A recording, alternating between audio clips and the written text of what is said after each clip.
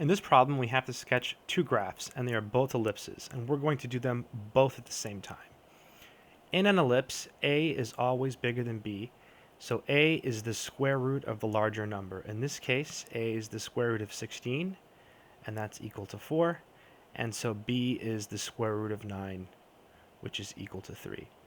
Since a squared is 16, and that's under the term with x, in this problem, the major axis is horizontal.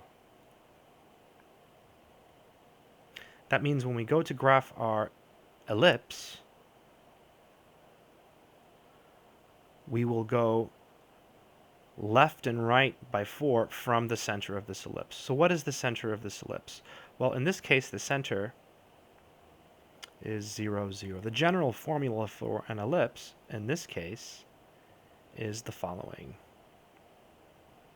Y minus k squared over b squared equals 1. So you see that h and k are 0, so the center is 0, 0. In any case, let's finish graphing it. Starting at the center, we'll go left and right by 4. 1, 2, 3, 4. 1, 2, 3, 4. And up and down by 3. 1, 2, 3. 1, 2, 3. We'll put dots at all of these endpoints. Nice little blue dots, and then connect them. And that is our ellipse. In this problem here, again, a is bigger than b, and a is the square root of a larger number. So a is the square root of 16, which is 4, and b is the square root of 9, which is 3. A squared came from this term, which has a y. So here the major axis is vertical.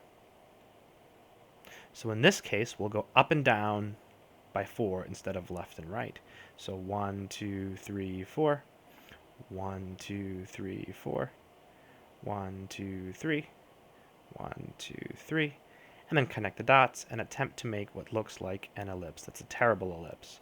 Okay, so the point is this. A is always bigger than b. So to find a, you always take the square root of the bigger number. If a squared is under x squared, you go left and right by a. If a squared is under y squared, you go up and down by a. So if the major axis is horizontal, a tells you how far to go left and right from the center. If the major axis is vertical, a tells you how far to go up and down from the center. Once you have that down, you can always graph an ellipse forever.